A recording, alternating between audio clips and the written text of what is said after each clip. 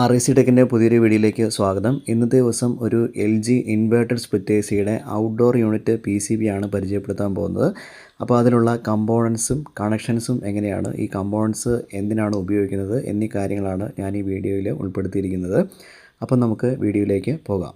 അപ്പോൾ ഇതൊരു LG 1.5 ton inverter split AC-യുടെ ഔട്ട്ഡോർ യൂണിറ്റിലുള്ള PCB ആണ്.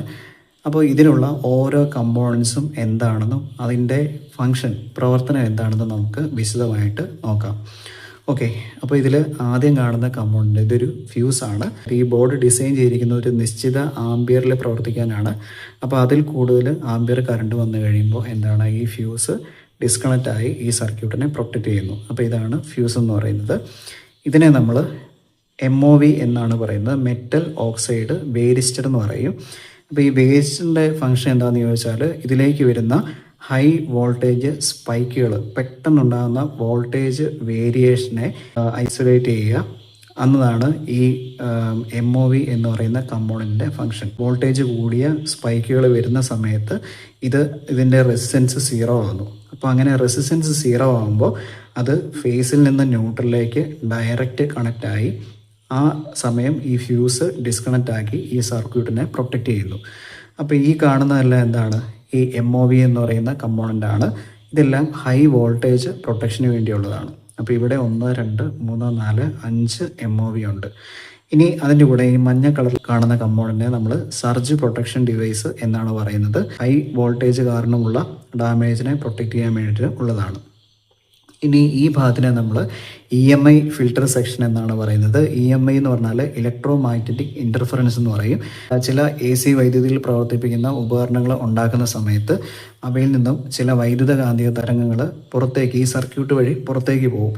അപ്പോൾ അങ്ങനെ പോകുമ്പോൾ ആ പുറത്തുള്ള സർക്യൂട്ടിൽ വർക്ക് ചെയ്യുന്ന ഉപകരണങ്ങളിൽ ചിലപ്പോൾ ചില വ്യത്യാസം വരും.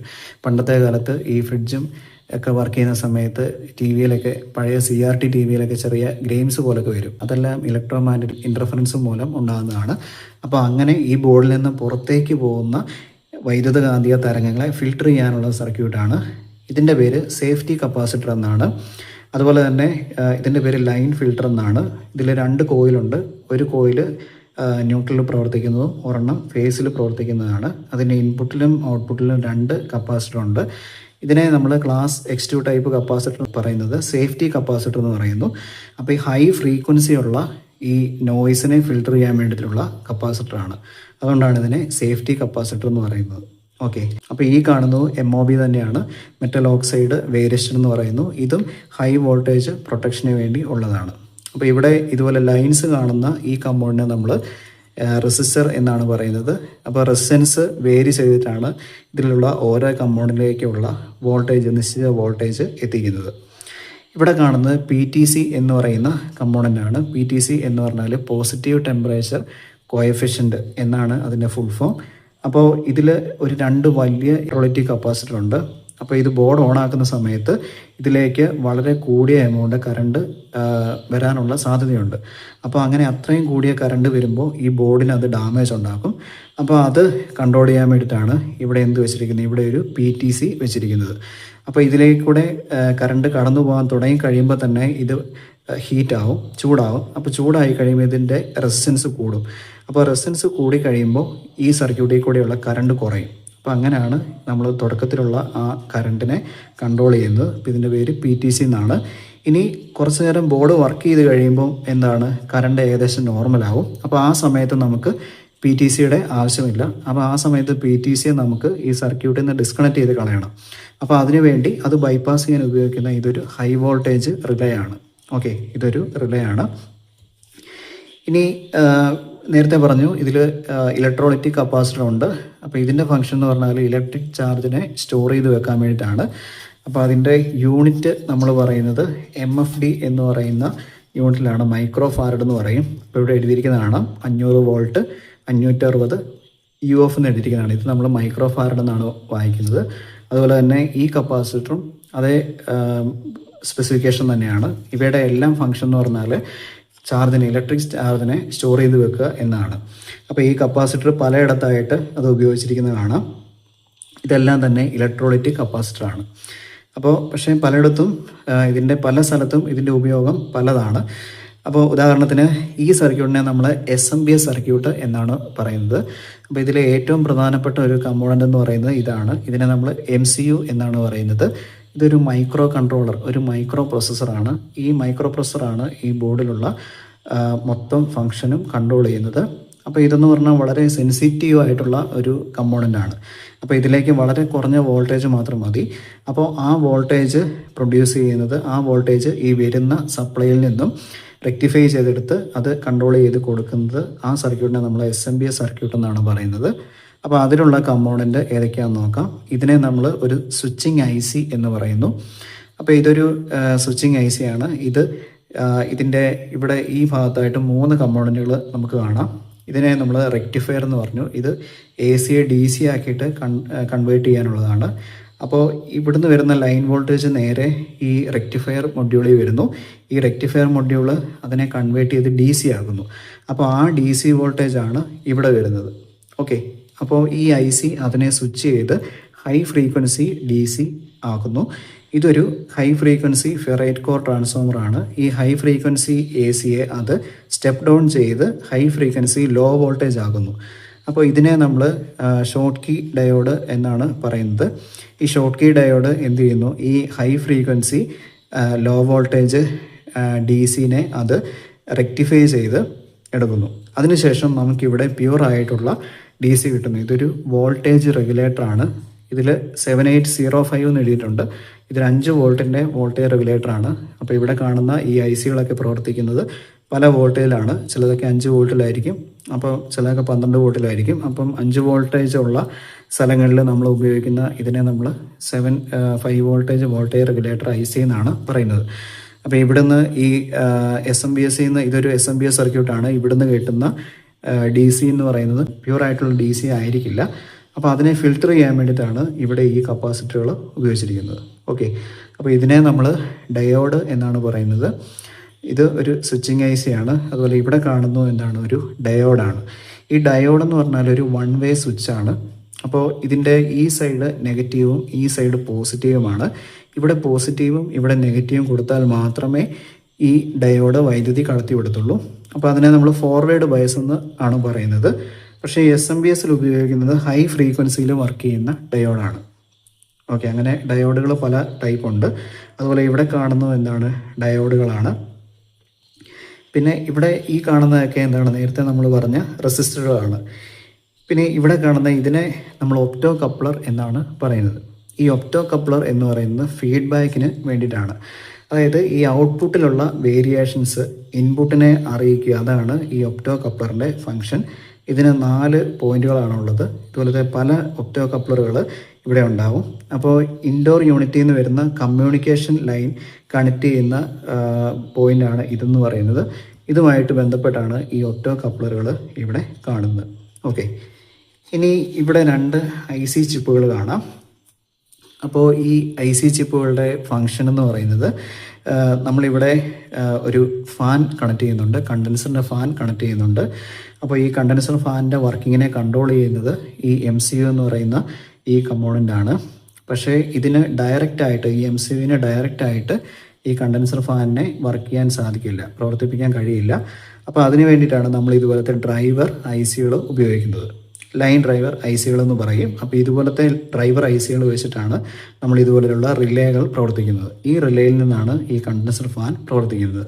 അപ്പോൾ ഇവിടെ 2 IC-കൾ വെച്ചിട്ടുണ്ട്. അതിൽ ഒരു IC ഈ കണ്ടൻസർ ഫാനിന് വേണ്ടിയിട്ടും ഒരെണ്ണം ഇവിടെ ഈ EV എന്ന് കൊടുത്തിട്ടുണ്ട്. EV എന്ന് പറഞ്ഞാൽ ഇലക്ട്രോണിക് എക്സ്പാൻഷൻ വാൽവ്. അപ്പോൾ ചില മോഡലുകളിൽ ഇലക്ട്രോണിക് എക്സ്പാൻഷൻ വാൽവാണ് എക്സ്പാൻഷൻ ഡിവൈസ് ആയിട്ട് ഉപയോഗിക്കുന്നത്. അപ്പോൾ അതിനുള്ളിലൊരു സ്റ്റെപ്പർ മോട്ടറുണ്ട്. ആ സ്റ്റെപ്പർ മോട്ടർ വർക്ക് ചെയ്യുന്നത് അതിന് വേണ്ടിയിട്ടാണ് ഇവിടെ മറ്റൊരു IC കൊടുത്തിട്ടുള്ളത്. പക്ഷേ ഈ മോഡൽ ഇലക്ട്രോണിക് എക്സ്പാൻഷൻ വാൽവ് ഇല്ല. ഓക്കെ, അതുപോലെ തന്നെ ഈ ഡ്രൈവർ IC തന്നെയാണ് ഇവിടെയുള്ള ഈ ഇൻഡിക്കേഷൻ ലാമ്പ് പ്രവർത്തിപ്പിക്കുന്നത്. അപ്പോൾ ഇവിടെ കാണുന്ന ഈ 3 കണക്ടർ എന്ന് പറയുന്നത് ഇത് ഈ ബോർഡിലേക്ക് ഇൻസ്പെക്ട് ചെയ്യാനുള്ള കണക്ഷനാണ്. അത് മാനുഫാക്ചർ ചെയ്യുന്ന സമയത്ത് മാനുഫാക്ചറേഴ്സ് ഈ ബോർഡുമായിട്ട് കമ്മ്യൂണിക്കേറ്റ് ചെയ്യുന്നത് ഈ പോർട്ട് വഴിയാണ്. ഈ 2 പോർട്ടിലാണ് നമ്മൾ 2 തെർമിസ്റ്ററുകൾ കണക്ട് ചെയ്യുന്നത്.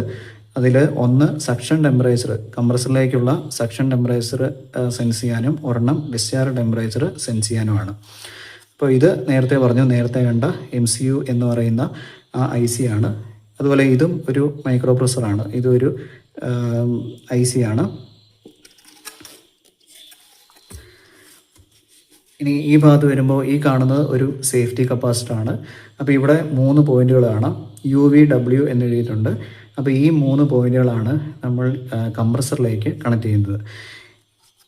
ഈ കമ്പൗണ്ടിനെ നമ്മൾ IGBT എന്നാണ് പറയുന്നത്. ഇതൊരു ട്രാൻസിസ്റ്ററാണ്, ഇൻസുലേറ്റഡ് ഗേറ്റ് ബൈപോളാർ ട്രാൻസിസ്റ്റർ. അപ്പോൾ ഈ ട്രാൻസിസ്റ്റർ കൂടാതെ ഇതിൻ്റെ കൂടെ ഒരു റിയാക്ടർ എന്ന് പറയുന്ന ഒരു കോയിലും കൂടെ ഉപയോഗിക്കുന്നുണ്ട്. ആ റിയാക്ടർ കോയിലിൻ്റെ കണക്ഷൻ കൊടുക്കുന്ന 2 കണക്ഷനാണ്, ഒന്ന് ഇതും കൂടാതെ ഒന്ന് ഇതുമാണ്. ഇവിടെയാണ് ആ റിയാക്ടർ കോയിൽ വരുന്നത്. അപ്പോൾ റിയാക്ടർ കോയിൽ ഉപയോഗിക്കുന്നതെന്ന് പറഞ്ഞാൽ വോൾട്ടേജ് കുറയുന്ന സാഹചര്യത്തിൽ ഈ സർക്യൂട്ടിലെ പവർ ഫാക്ടർ ഇമ്പ്രൂവ് ചെയ്യാൻ വേണ്ടിയിട്ടാണ് റിയാക്ടർ കോയിൽ വെക്കുന്നത്. അപ്പോൾ അതുമായിട്ട് ബന്ധപ്പെട്ടാണ് ഈ IGBT ഉപയോഗിക്കുന്നത്. അപ്പോൾ IGBT എന്ന് പറയുന്നൊരു ട്രാൻസിസ്റ്ററാണ്. അപ്പോൾ ഇതിനെ കൺട്രോൾ ചെയ്യുന്നത് എന്താണ്, ഈ MCU എന്ന് പറയുന്ന ഈ മൈക്രോ പ്രൊസസ്സറാണ് കൺട്രോൾ ചെയ്യുന്നത്. അപ്പോൾ വോൾട്ടേജ് കുറയുന്ന അവസരത്തിൽ ഈ IGBT സ്വിച്ച് ചെയ്ത് ഇവിടെ നമ്മൾ കൊടുക്കുന്ന റിയാക്ടർ കോയിലിനെ എനർജൈസ് ചെയ്ത് പവർ ഫാക്ടറിനെ ബൂസ്റ്റ് ചെയ്യുന്നു. അതിന് വേണ്ടിയിട്ടാണ് നമ്മൾ ഈ IGBT ഒക്കെ യൂസ് ചെയ്യുന്നത്. അപ്പോൾ ഇവിടെ നമ്മൾ നേരത്തെ പറഞ്ഞ പോലെ തന്നെ ഈ കാണുന്നത് ഒരു റെക്ടിഫയർ ആണ്, റെക്ടിഫയർ മൊഡ്യൂളാണ്. അപ്പോൾ റെക്ടിഫയർ എന്ന് പറഞ്ഞാൽ AC DC ആക്കിയിട്ട് കൺവേർട്ട് ചെയ്യാൻ വേണ്ടിയിട്ടാണ് റെക്ടിഫയർ ഉപയോഗിക്കുന്നത്. അപ്പോൾ നേരത്തെ നമ്മൾ പറഞ്ഞു ഈ MCU ഉൾപ്പെടുന്ന സർക്യൂട്ടിലേക്ക് പവർ സപ്ലൈ ചെയ്യുന്നത് ഈ SMPS ആണ്. ഈ SMPSലേക്കുള്ള DC സപ്ലൈ നൽകുന്നത് ഈ കാണുന്ന റെക്ടിഫയർ മൊഡ്യൂളാണ്. അപ്പോൾ ഇതിന് 3 ലെഗുകളാണ് ഉള്ളത്. ഇവിടെ നമ്മൾ AC സപ്ലൈ കൊടുക്കുമ്പോൾ ഇവിടെ ഈ നടുക്കത്തെ പോയിന്റിൽ നമുക്ക് DC പോസിറ്റീവ് വോൾട്ടേജ് കിട്ടുന്നു. ഓക്കെ, അതുപോലെ തന്നെ ഇവിടെയുള്ള മറ്റൊരു റെക്ടിഫയർ മൊഡ്യൂളുണ്ട്.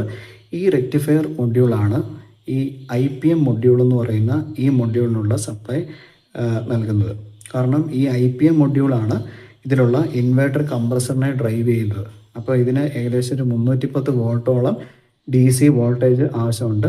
അപ്പോൾ ആ വോൾട്ടേജ് നൽകുന്നത് ഏതാണ്, ഈ റെക്ടിഫയർ മൊഡ്യൂളാണ്. അപ്പോൾ അതിൻ്റെ കൂടെ തന്നെ അതിൻ്റെ ഔട്ടിലായിട്ടാണ് ഈ റിയാക്ടർ കോയിൽ, IGBT, പിന്നെ ഈ 2 കപ്പാസിറ്റർ അതൊക്കെ വരുന്നത്. അപ്പോൾ അതിന് ശേഷമാണ് ഈ IPM മൊഡ്യൂൾ വരുന്നത്. അപ്പോൾ ഈ റെക്ടിഫയർ IPM മൊഡ്യൂളിന് വേണ്ടിയിട്ടും ഈ റെക്ടിഫയർ മൊഡ്യൂൾ ഇവിടെയുള്ള SMPS സർക്യൂട്ടിന് വേണ്ടിയിട്ടും ആണ്. ഇനി നമുക്ക് ഈ ബോർഡിൻ്റെ താഴ്ഭാഗം നോക്കാം. അപ്പോൾ നമുക്കിതിൽ നോക്കിക്കഴിഞ്ഞാൽ ഇതിലെ ഹൈ വോൾട്ടേജ് സൈഡും ലോ വോൾട്ടേജ് സൈഡും എളുപ്പത്തിൽ മനസ്സിലാക്കാൻ പറ്റും. അപ്പോൾ ഈ ഭാഗത്താണ് ഏറ്റവും കൂടിയ വോൾട്ടേജ് ഉള്ളത്. അപ്പോൾ അവിടെ തന്നെ വളരെ തിക്കായിട്ടുള്ള കണ്ടക്ടറാണ് ഉപയോഗിച്ചിരിക്കുന്നത്. ഇവിടെയാണ് നമ്മളുടെ ആ കപ്പാസിറ്റർ രണ്ടും വരുന്നത്. അപ്പോൾ ഇത് ഈ റെക്ടിഫയറിൻ്റെ ഔട്ട്പുട്ടിലാണ് ഈ കപ്പാസിറ്റർ വരുന്നത്. ഇവിടെയാണ് UVW, കംപ്രസറിലേക്ക് കണക്ട് ചെയ്യുന്ന 3 ടെർമിനൽ നമ്മൾ കണക്ട് ചെയ്യുന്നത് ഇവിടെയാണ് UVW. ഇതാണ് കംപ്രസറിൻ്റെ ടെർമിനലിലേക്ക് കണക്ട് ചെയ്യുന്നത്. ഇവിടെയാണ് നമ്മൾ നേരത്തെ പറഞ്ഞ ഈ IPM മൊഡ്യൂൾ ഉള്ളത്. അപ്പം IPM എന്ന് പറഞ്ഞാൽ ഇൻ്റലിജൻറ്റ് പവർ മൊഡ്യൂൾ എന്നാണ്. ഈ IPM മൊഡ്യൂളാണ് ഈ ഇൻവേർട്ടർ കംപ്രസറിനെ ഡ്രൈവ് ചെയ്യുന്നത്. ഓക്കെ, അപ്പോൾ ഇവിടെയാണ് നമ്മൾ നേരത്തെ പറഞ്ഞ റെക്ടിഫയർ മൊഡ്യൂൾ രണ്ടും ഇരിക്കുന്നത്. അതിൻ്റെ കണക്ഷൻസ് നമുക്ക് ഇവിടെ നോക്കി കാണാം. ഇതാണ് ഈ IPM മൊഡ്യൂളിന് വേണ്ടിയിട്ടുള്ള റെക്ടിഫയർ മൊഡ്യൂൾ. ഇത് SMPSന് വേണ്ടിയിട്ടുള്ള റെക്ടിഫയർ മൊഡ്യൂളാണ്. കൂടാതെ ഇതിൻ്റെ ഈ ഭാഗത്തായിട്ട് കുറച്ച് കണക്ഷൻസ് കാണാം. ഇവിടെ CN ഫാൻ BLDC നേരിട്ടുണ്ട്. അപ്പോൾ ചില മോഡലുകളിൽ ഈ കണ്ടൻസർ ഫാൻ വരുന്നത് BLDC മോട്ടറായിരിക്കും ഉപയോഗിക്കുന്നത്. അപ്പോൾ അങ്ങനെയുള്ള സിസ്റ്റങ്ങളിലാണ് ഇവിടെ ഈ കണക്ടർ വരുന്നത്. അപ്പം നമ്മുടെ ഇതിൽ ഉപയോഗിക്കുന്നത് സാധാ PSC മോട്ടറാണ്. അപ്പോൾ അതുകൊണ്ട് തന്നെ ഈ പോർട്ട് ഇവിടെ വേക്കൻ്റ് ആണ്. ഇവിടെയാണ് EEPROM ചിപ്പ് കണക്ട് ചെയ്യുന്നത്. അപ്പോൾ ചില സർക്യൂട്ടിൽ ഈ EEPROM ചിപ്പും ഇതുപോലെ MCയും സെപ്പറേറ്റ് ആയിരിക്കും. പക്ഷേ ഇവിടെ EEPROM ചിപ്പ് കാണുന്നില്ല. അപ്പോൾ എന്താണ്, ഇതിനുള്ളിൽ തന്നെ ആയിരിക്കും ഇതിൻ്റെ EEPROM ചിപ്പ് വരുന്നത്. ഓക്കെ, ഇനി അടുത്തതായിട്ട് CN LGMB എന്ന് കൊടുത്തിട്ടുണ്ട്. ഈ പോയിന്റ് വഴിയാണ് ഇത് മാനുഫാക്ചർ ചെയ്യുന്ന സമയത്ത് ഈ മാനുഫാക്ചർ ചെയ്യുന്ന ആ മെഷീൻസ് ഈ MCU ആയിട്ട് കമ്മ്യൂണിക്കേറ്റ് ചെയ്യുന്നത്. അതാണ് CN LGMB എന്ന് പറയുന്നത്. ഇവിടെ CN-TH1, CN-TH2 എന്നിങ്ങനെ കൊടുത്തിട്ടുണ്ട്. ഇത് രണ്ടും തെർമിസ്റ്ററുകൾ കണക്ട് ചെയ്യാനുള്ള കണക്ഷനാണ്. ഇവിടെ CN-EEB എന്ന് കൊടുത്തിട്ടുണ്ട്. ഇത് ഇലക്ട്രോണിക് എക്സ്പാൻഷൻ വാൽവ് കണക്ട് ചെയ്യാനുള്ള കണക്ഷനാണ്. അപ്പോൾ ഇവിടെ നിലവിൽ ആ പോർട്ടില്ല. കാരണം ഇതിൽ ക്യാപ്പിലറി ട്യൂബാണ് എക്സ്പാൻഷൻ ഡിവൈസ് ആയിട്ട് ഉപയോഗിക്കുന്നത്.